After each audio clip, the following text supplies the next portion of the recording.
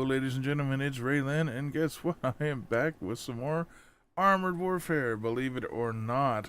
Just about 5 minutes after I posted my last video saying I was kind of slowing down on Armored Warfare because they hadn't put out anything really new or interesting in a little while. They ended up putting out something really new and interesting, of course. But yeah, they actually added a very big patch to the game, and I might even be kind of late to the party at this point, but they've added some new premium tanks after a good 6 or 7 months of adding nothing that wasn't just a palette swap. They finally added 3 new premium tanks, and 2 of them are tier 8, 1 is tier 7, and most likely this is more of a tank that was requested by people and fans of all ages. It's the Vickers Mark 7, the Vanquisher. And just for an aside here, I had to cut my video a little bit there and make a small change because when I clicked on the purchase and to go to the web shop to show you all these deals and tanks, OBS did not pick up the window because it's not part of the game. So unfortunately, I'm not going to be able to show you exactly what any of the prices are, but I can see them for myself, and I'm basically just describing that there are the 3 new tanks, of course. You have the Vickers at tier 8, you have the Martyr 2 at tier 8, and you have the Sabra Mark 2 at tier 7. All 3 of these tanks are in different kinds of bundles. However, none of them come together as one bundle. There isn't one bundle that gets you all 3 of the tanks and nothing else for one price. So, the Vickers and the Martyr 2 both cost the same amount of money. They're both $45 a piece. The Sabra is actually $28, so you do catch a break on that main battle tank, but it is tier 7, and that's why the price difference there. So if you're wondering about the bundles and the prices, you need to go into the game or go on the web shop where you can actually see it, and that is pretty much all you need to know. So what do you want to do with this tank? Well, okay, so starting at the top of things, we'll do, let's just do the usual details. So obviously the UI is different, so 580 damage per shot, 700 millimeters of penetration. That's not bad. That's really good, actually. So no complaints there. We got 3,973 damage per minute. Reload time is main battle tank territory, 8.76 seconds. At least it's not Russian, where it's above 9 seconds. And you can get this down with some of your upgrades and your crew. You can get that lower to closer to 7.9 or right around 8. You can shave off quite a bit. 3,400 health is pretty hefty. It's not bad whatsoever, but as we talk about this tank, you understand why it has that much health. And we get to the whole armor. 700 on the front, 100 on the side, 45 on the rear. This is following kind of a trend, and you'll notice kind of here in a minute when I start talking about why it seems to be like a trend with some of these tanks. And then, of course, the turret, massive 700 in the front, 200 on the side, and 80 at the rear. It's turret composition, it's combined, but look at the speed, 72 kilometers an hour max speed. It will get there. You do sort of have to go downhill, but it will get up to that speed pretty quick. 4.73 seconds, 0 to 32. Not bad for a main battle tank. 54,640 kilograms is the mass. Hull traverse, 36.07. It's a little tiny bit sluggish. If you get up to 72 kilometers an hour, don't think you're going to make it around many sharp corners at that speed. The hull traverse just isn't quite there. Camouflage is crap, but it's a main battle tank. View range is 435 meters. That is a good view range for a main battle tank. 10 degrees of gun depression in the front, and nothing really over the rear, so don't turn your gun around to the back. Maximum deviation 0.099. Pretty accurate gun. 1.47 second aim time. Very quick. Turret traverse 44.65. That's fairly average, above average, just a little bit above average. As big as the turret is, it's actually quite interesting how fast it can turn. Obviously, it also has a nice Vanquisher paint job on this thing, so you cannot put your own camo on it. So keep that in mind. If you don't like the look, you're kind of stuck with it. Now let's go ahead real quick and try out this vehicle comparison tool that's built into the game, and we'll start right at the top. I've got pretty much all stock values on all of these tanks down here. These are the other tier 8s that this tank is going up against.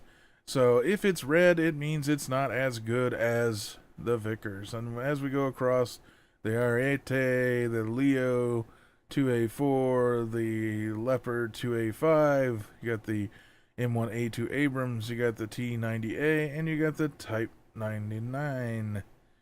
And as you can see, really it's just the Type 90, so Russian beats it on damage, and the Chinese beat it on damage. But our Vickers has the most pin.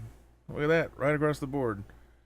The Russians are the only one that are just behind it by 20, so pretty good on that. Damage per minute is pretty good until the Russian and the Chinese. Reload time is the quickest minus the Russian and the Chinese. Now keep in mind, these are stock values. Except for the Vickers, I don't get a chance. I cannot. It comes exactly as it is. There is no stock value. That's why it is grayed out. Then you look at the hit points. It has the most hit points by far, by 300, and even in the Ariete's case. Armor, by far more, especially in the front, and only beating the Russians on the side. Now look at the turret, by far. Now for some reason you got up here. Now these values are probably on the Leopard 655. It's white, which you think it would mean, well, that it's better, and it might be only that it's better because it's composite. Okay, so overall it's better because look how much more on the side. You get 110 more on the side of the turret, and you lose 45 on the front of the turret. And then you get over here to the Abrams. The Abrams stomps everybody as far as turret armor. I mean, 750 and 400 on the side. That's kind of crazy amounts there. But you see everything else, the Vickers is hanging pretty tough. It's faster than everyone. It gets 0 to 32 faster than all the other tanks. Now, keep in mind, this is stock. And then, the weight. Who cares really about the weight? Whole traverse across the board, minus the type by a couple of degrees. Scrolling on down, it actually has the best camo of all of them. It has way more view range than everybody else by 5. Not way more, I guess, but 5 more. It has more gun depression than most of everyone else, or equal to the Leopard and the Leo. And maximum deviation, it is just up there with some that are just a tad more accurate. It aims faster than everyone, and the turret traverse is much faster than all of the other tank in this lineup. So overall, you'd say, wow, stat-wise, this is pretty badass. But like I said, these are stock values. Now, even if you go up to a current build, for the most part, it really doesn't change a whole lot, because most of the upgrades on all these tanks, it's not more armor in particular. It's usually that it gets a little bit quicker, it gets a little more damage or something like that with the guns, more defense. So the damage and pen does go up a little bit, the damage per minute does go up a little bit. And since I don't own all of these tanks, it's pointless to even show you the two that I do own, and that changing the stats a little bit really isn't a big deal. Now, as you can see right here with all this comparison, there is nothing that stands out that the Vickers should be bad at all. It looks like it stomps the ass off of pretty much every other tier 8 tank in this lineup, especially stock. So it looks like they may have adjusted a lot of the premium tanks to be more in line with how World of Tanks kind of does it, is that the premium tanks of the same tier are better than stock tanks, but not as good as fully upgraded tanks, which doesn't really hold up when I go like this, simply because you see that the health didn't change. It's still good on that. The damage and pen, well, it's Russian here with the T90A, so of course, if I maxed out the T90, it's going to be a little bit better on damage and penetration, but overall the stats don't really change a whole lot. damage per minute, and penetration, but nothing to do with the health or the armor. Really changes a lot between most of these tanks. Now, the thing that I have seen, and I've played multiple games in the Vickers now, the biggest thing that I have seen overall with the Vickers is the fact that it is very much like the Leopard. It's fast, it's big and boxy, and even though it has quite a bit of this angled turret and a little bit of a sharp angle on the front, it's still weak on the lower front plate, and you don't really have any real ERA armor. You don't really have any defense against missiles. So as soon as they get to your side, even though the turret is fairly okay on the side, it doesn't matter. They're aiming for here. They're aiming for your hull. They're aiming for your engine deck. These are huge targets. You got a nice big flat fat ass on the back of this thing. Now it's not quite as crazy as usually like the Leopard will have an even bigger profile in the back and things like that. The armor does not always save you, is what I guess the ultimate statement I need to make. Is even with these angles like this, and even though it's got an upward angle there, this one down here is kind of flat. So getting hit right down through here, turret ring or lower front plate, anywhere on the side of the turret or the hull, and especially in the back, you're going to get wrecked. And when I mean wrecked, I mean wrecked. A lot of the spam in PvE especially is now almost every frickin' tank you fight fires missiles. Now, this is a problem because you don't have any way to really deflect any missiles. You don't really have an APS system to save you. You don't really have any ERA to save you from missiles. So taking 1 or 2 hits from a missile is going to deplete that 3,400 health like it's nothing. You will be down 1,000 health every time you get nailed by something that has missiles. If they hit the side of your hull, just be prepared to have most of your modules blown to shit. I've had pretty much my gun broke, my tracks broke, my fuel tanks hit,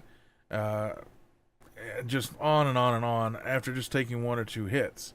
This tank cannot take any punishment. You would think, being a hull down machine like it is, with the 10 degrees of gun depression and this really cool flat hard angled turret, you could sit there and take punishment, sort of like the American tanks.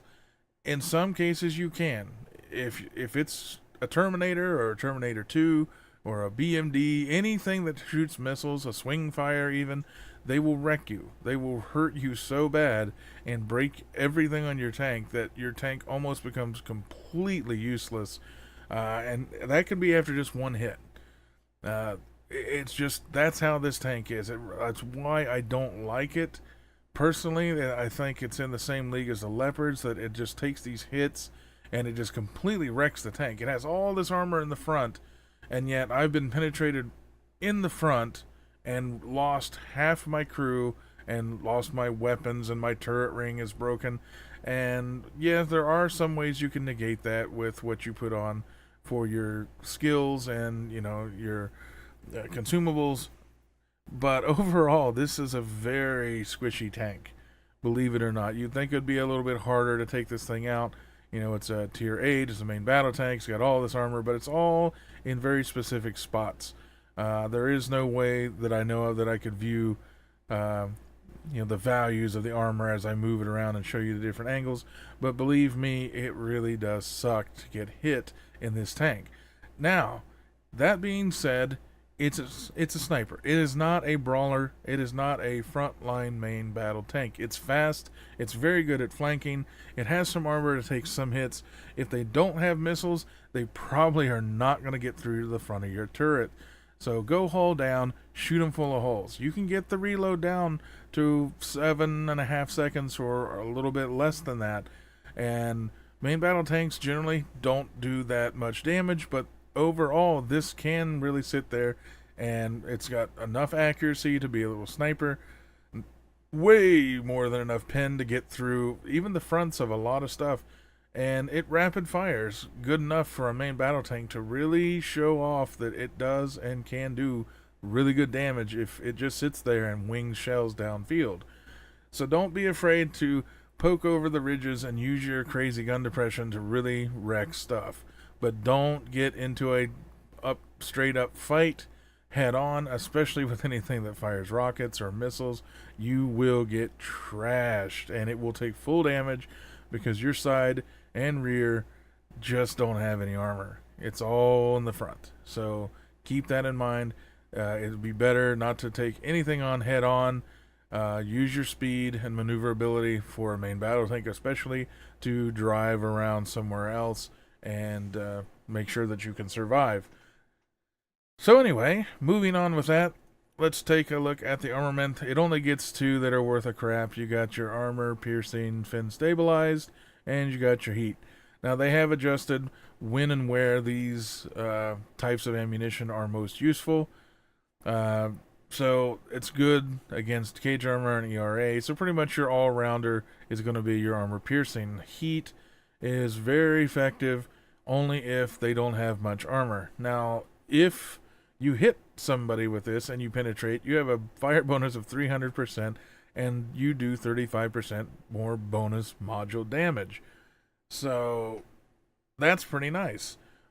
But to swap back and forth, remember, it's still going to take you a few seconds to ammo swap. So if you're going to be facing a bunch of targets in front of you that you know have very little armor, they don't have cage, they don't have any ERA, wing a few of these at them, because you're going to really wreck them. And since this is a fast tank, you can maneuver around to the rear of a lot of weaker tanks and shoot them right in the ass with a surprise butt sex shell that just lights them up. So moving on. Oh, I guess I should talk about the new commander stuff that's going on. Now, I had not seen this until I logged in, and this kind of blew my mind a little bit, that they actually changed the commanders. Maximilian is no longer necessarily the best for anything. You don't get any bonuses to anything in particular. Like it used to be that he gave the crew really higher stats. You earn so much more reputation. You got extra credits. You got extra everything while driving premium tanks with him in the commander seat. Now he's just pretty much like all the other commanders. But basically you're going to start in the middle of this square, and I'm assuming, I don't know this for a fact because I haven't kept up and I haven't read, but basically you gain a point and you can rank him up. I can't advance it even though it says that you can here. You can use global reputation to advance him, but I can't, even though I have global reputation, it doesn't let me do it. But either way, you start in the middle and then you branch north, south, east, or west depending on what you're looking for. And when you light up one square, it'll light up 2 squares on either side of it, and then you can kind of go in that direction. I'm going more for getting my crew stats up because crew stats are important because, you know, they are kind of important for your aim time reductions or, you know, driving faster on shitty terrain, spinning the turret faster, spinning the hull faster. So the bigger the boost to your crew, the bigger the boost to your entire tank. So now what I don't know for sure is if I can just keep ranking him up and up and up and up, and eventually I would unlock everything in the entire skill tree, or if this caps out at some number, whatever it may be. I'm hoping that there is no cap and I can just keep using him and unlock everything in every tree for every commander. It's a nice little grind, similar to World of Tanks with how many skills World of Tanks has for their commander and their crew. But eventually, after many years of struggle, you would eventually hit the max. So I'm hoping that's the same way here, that eventually I'll work my way around this entire tree and get everything, and max will be a very, very, very nice commander for pretty much every tank that I have. Looking over the other commanders, obviously there are many other commanders that you can look at. I have quite a few of them. I haven't really messed with any of them up until this point just because, you know, well, I never really cared. But now it might be good that I'll be starting to look at some of the other commanders and see if their skills going a particular direction are worth putting into particular tanks. I have a feeling that's exactly what they were going for here. But for now, for me, Max is my number one since I've been using him almost exclusively, and I have a lot of premium tanks.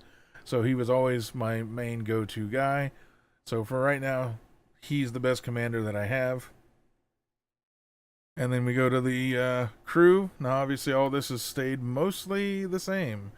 When it comes to the crew, and we got the driver here, off-road driving and spin the wind are my two skills. You could take battering ram.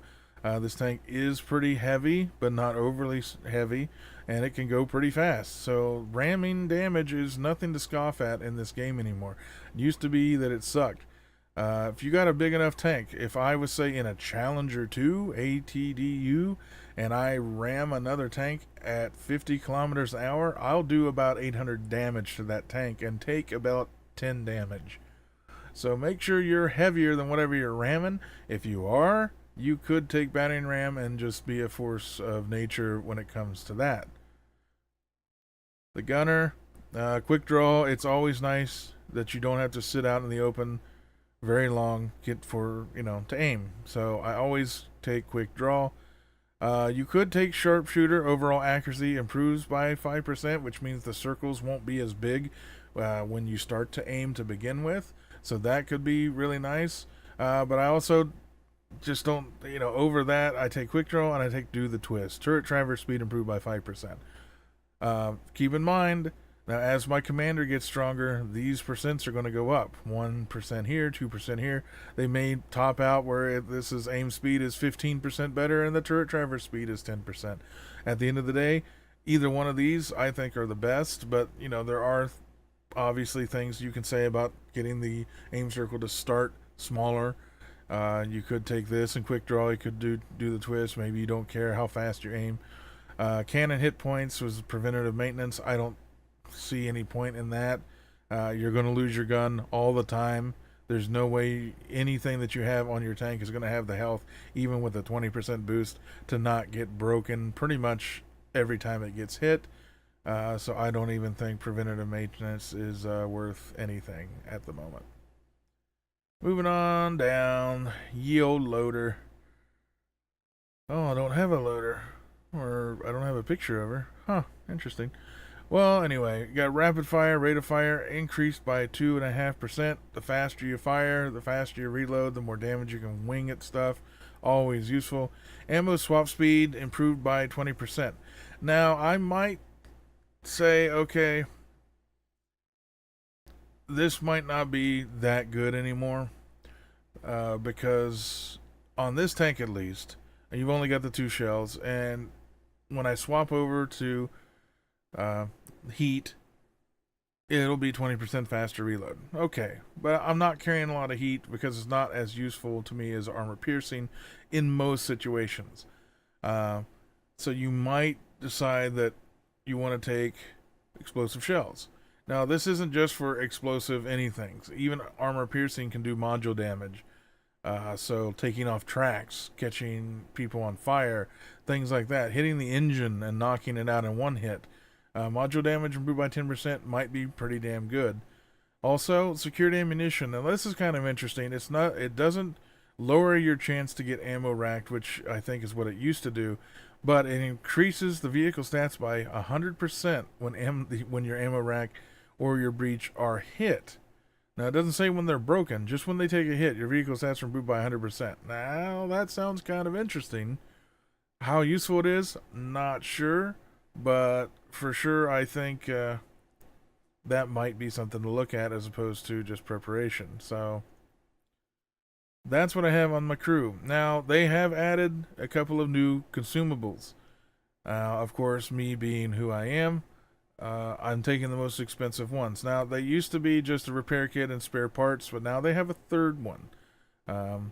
Spare parts is increased repair speed by 10%, and when you use it, it fixes everything on your vehicle. Surplus does the same thing, but you can use it 3 times. Now, that's pretty damn useful. The downside to this one, besides it just being 3 times the cost, is that there's a cooldown. You can't just go use it and then 2 seconds later use it again. You have like a good at least a minute and a half before you can use it again. Now, the fact that you can use it more than once during a battle, especially towards the end where everyone's wrecking your tank, or you've put up with had to repair your tracks in a big hurry early on, but at least you get another chance. It's still really, really useful. In PvE, like I said, there are so many missiles coming at you. you're going to get trashed. Your tank is going to get broken in so many ways. No matter how careful you are, everyone makes mistakes. So you can use it once or you can use it 3 times. Whether you use one of these or the expensive one or not is, based on how much money you have and how much money you want to spend. The crew, first aid. You have the medical kit, improves the crew resilience by 15%. With the medical kit, I've almost never had my crew knocked out. A couple of times they have gotten knocked out after my tank has taken several direct hits, big hits into the side or the rear. So it was still amazing I only lost 1 crew member. But the first aid cabinet does the same thing, but again, you can use it 3 times. Pretty badass, I think. So again, it's just whether or not you want to spend the cash to have a 3-time use first aid cabinet. Now, as far as the rest of it goes, this is all going to be personal preference. I throw energy drinks on everything I have. I've just always have, and I haven't had any real problem with it. It improves your crew stats by 5% per battle. This is what's going to kill you on the price tag. Every battle you're losing 20,000 credits to give them their nice little energy drink. Now again, you have the engine oil, synthetic oil. You could increase the acceleration and traverse speed. You even got up here, you got the fire extinguishers and improved fire extinguishers. Reduce the chance of a fire by 50%, and you can use it 3 times, or you get the single use, which does the same thing. Remember, these aren't auto fire extinguishers. You got to use it. So keep that in mind. That's not World of Tanks. It does not use these automatically. At least they did not used to do them automatically. So keep that in mind. I've actually been caught on fire a couple times in this patch, but it's only because I was getting hit by high explosives in my engine after my fuel tanks have been ruptured. So an even bigger bonus to getting caught on fire. So, use that knowledge as you will. If you keep using a tank that easily catches on fire, then you might want to invest in the fire extinguisher. For me, I'm going with the protein bar.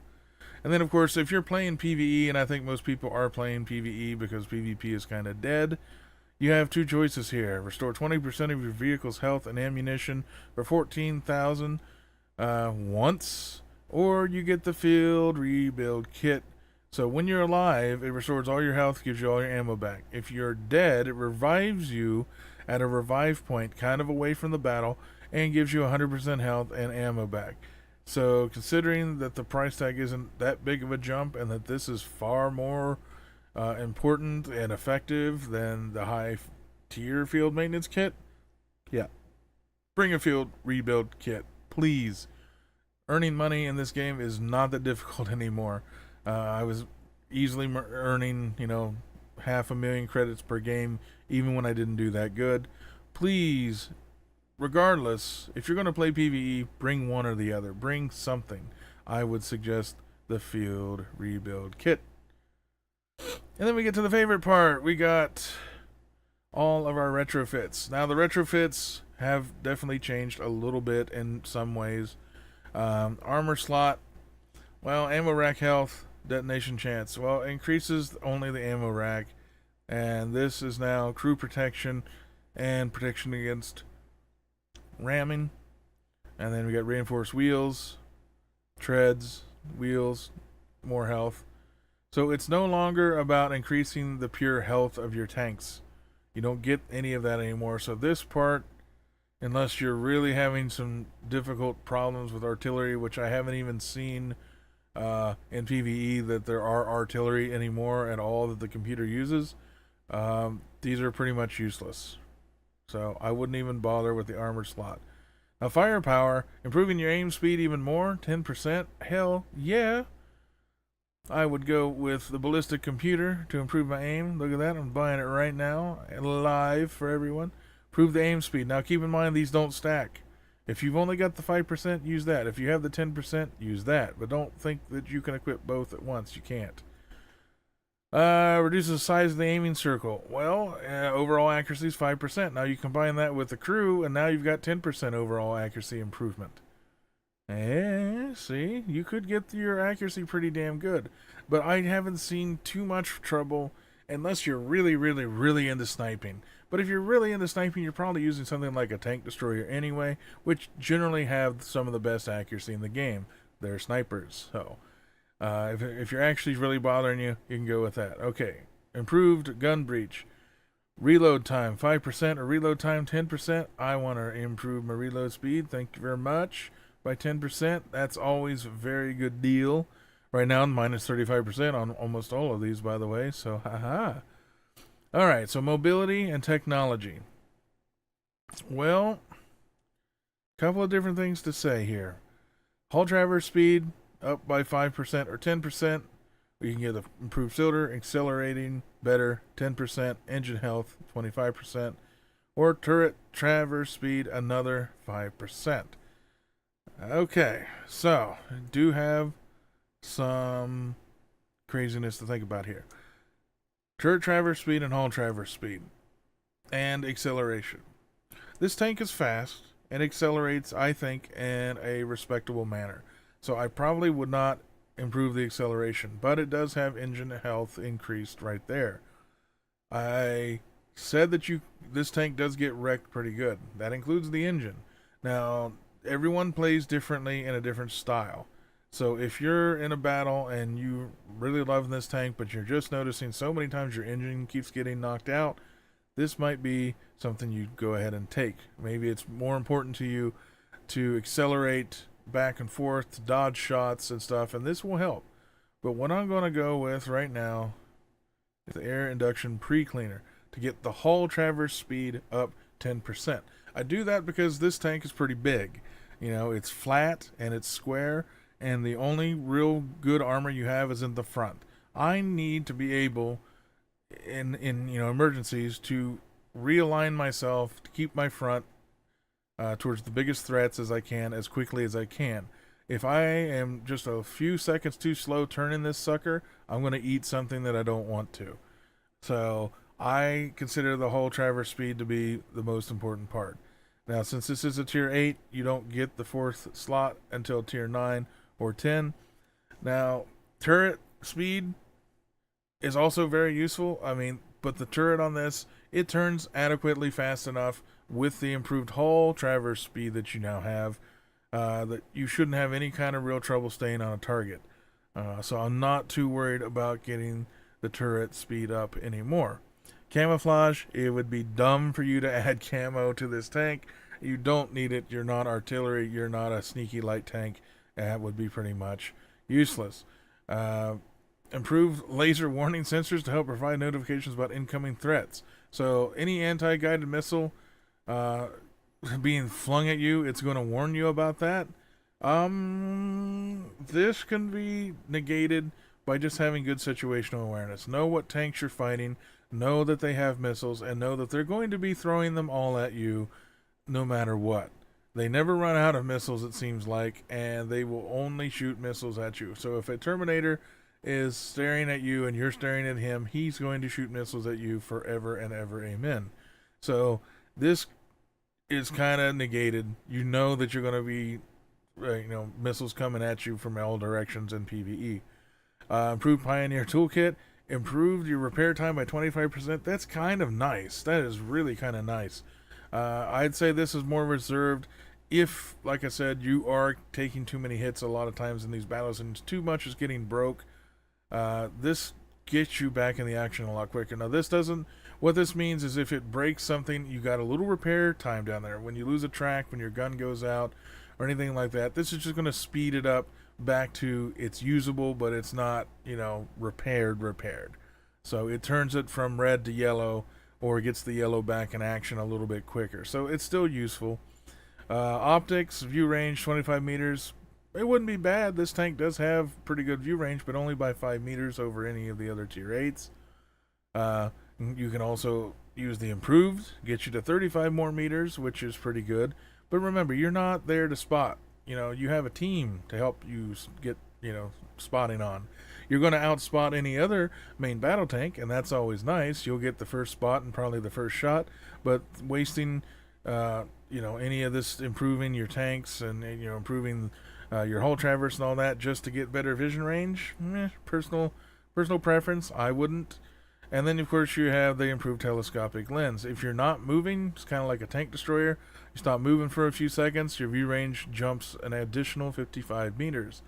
Really freaking useful overall, but these would be something you would think about in PvP. In PvE, you got people on your team to spot for you, and the maps that you're playing on are not generally huge enough that you got to have the extra vision range. Would be nice if they had a force slot. It would be something to think about, but unfortunately, I would rather improve the overall usefulness of my tank than worry about, increasing its vision range. And so, there is the Vickers Mark 7, the Vanquisher. Cool paint job. It's a good tank, but it's not worth $50, in my opinion. Unless this is just something you've been dreaming about having in your garage or you're a collector, I definitely would not pay the $50 for it whatsoever. Overall, I don't think it's worth it for the price tag that comes with it. It is a tier 8 main battle tank. If you don't have any other tier 8 main battle tanks and you really like the Leopards, it plays a lot like the Leopards.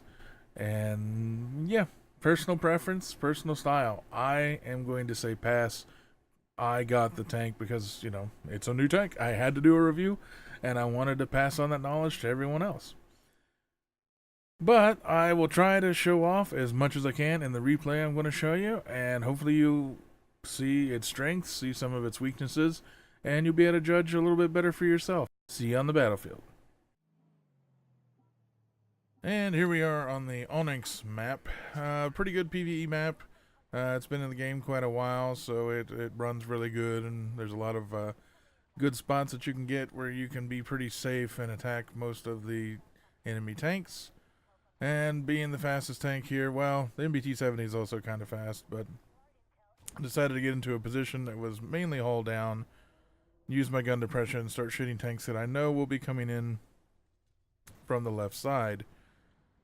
So, starting out right here at the first cap circle, I don't think that we had a chance really to lose. I wasn't worried. We had enough people that had enough firepower to get the job done on this map. And I just wanted to stay safe for the first half, because sometimes they bring in a lot of Terminators, and those have missiles, and considering I don't have really any ERA armor, no APS system, I really wanted to make sure I had some solid cover behind me, between me and them, of course, to make sure that they couldn't just obliterate 90% of my health per shot. Now, considering I am the top tier tank here at tier 8, I wasn't too worried that we're going to be facing a lot of tier 9s and 10s, mostly tier 8s. So when you're top tier, you can be a little bit more aggressive. Now at the start, I just wanted to make sure we whittled down pretty much all the main pushing force of the enemy before I moved up. And of course, as soon as I just decided to get out of cover, here comes the Terminator, and I decided I've got to keep cover. I was going to stop here, but I know there's no way to shoot around anything right there with the train car, so I actually did deflect a missile, deflected another missile. Now, I'm not sure exactly how the bots do decide to aim and where they're aiming. I don't know if it's always center mass. I don't know if they're aiming or actually aiming for, a particular weak point, or if they're just winging shells and that's all they're doing. Because it's hard to judge, because almost everything that hits me is hitting me with missiles. It's wrecking my gun sight, it's wrecking my turret ring, it's knocking my gun completely out, or wrecking a track, something like that. So that's why the missile spam is a lot more annoying, I think, than even the original arty that the AI used to have. Artillery, you can get cover from once you kind of get hit once. They don't generally do a shit ton of damage to you, the old school arty anyway. And you could get cover. You could figure out where they're sitting, and eventually, once you know the spawns, you could be safe from artillery. Since all of these tanks these days seem to have some sort of way to fire missiles at you, they generally don't even bother shooting anything else at you. If they have missiles, they come preloaded with the missiles, and that's the only thing that they shoot. Even when they're on the move, too, and they still hit you. It's very rare to see a tank fire a missile that doesn't just nail you. And yeah, I know that was kind of stupid to turn my side, and that's why I just took damage there. I turned my side. I should have just turned my front, but usually there's other tanks that I knew were coming up behind me. So I was trying to get into a position where I could back up immediately or go forward. But either way, I shouldn't have worried so much about it. I should have just turned and faced him, and that missile that hit me probably wouldn't have done any damage whatsoever. Now in this match, I do get pretty lucky. I do bounce quite a few of the missiles, and it's just from the raw angle or the raw armor of where they're hitting me with the missiles. So I consider it more luck and just being either same tier or higher tier than whatever is shooting at me. In tier 9s and 10 matches, and that happens quite a bit if the matchmaker derps. You know, I queue up in a tier 8, and I end up in a match where there's 4 tier 10s, and I'm the tier 8. So, of course, almost everything in the match is going to be tier 10. If you got tier 10s shooting missiles at you, they will go through you. It would be a very rare occurrence that they might hit the very front of your turret at the strongest point, and you might get away with a bounce here and there. Or maybe that's just my bad luck. I've had terrible luck in this tank, and if you get hit in the sides of your turret and the sides of your hull, I mean, it's all flat armor. There's no ERA on it. There's no APS to shoot anything down. You're just going to get, wrecked really quick. Yeah, you have some smoke, and that can save you, but for the most part, I prefer tanks that can just kind of push and be very aggressive, like the Challenger series or the Abrams line. They got so much ERA, they got APS, they got weird angles on their turrets and their hulls. They're not indestructible, but they do take a beating for the most part. So we're just kind of zipping around here. The tank is very much like the Leopard series. It is fast. It's above average for a main battle tank. You're talking around Russian sort of acceleration and speed, and for such a big tank, that's actually pretty cool. It's just that the Vickers, it's average. It's just average across the board. It's got okay aim time. It's got okay damage. It's got okay pin, okay reload speed. It's got good armor, but only in the front. It's got good speed. Everything's just sort of, yeah, it's a good tank, but you need it to be top tier to really take advantage of the strengths that it has, which is being hull down. Of course, we're right back with the missile spam. There, I bounced one missile, another missile. These are usually Bradleys, or every once in a while you get a swing fire in there in the mix somehow. And they're all very dangerous. If they're shooting missiles at you, there's a good chance you're going to take damage.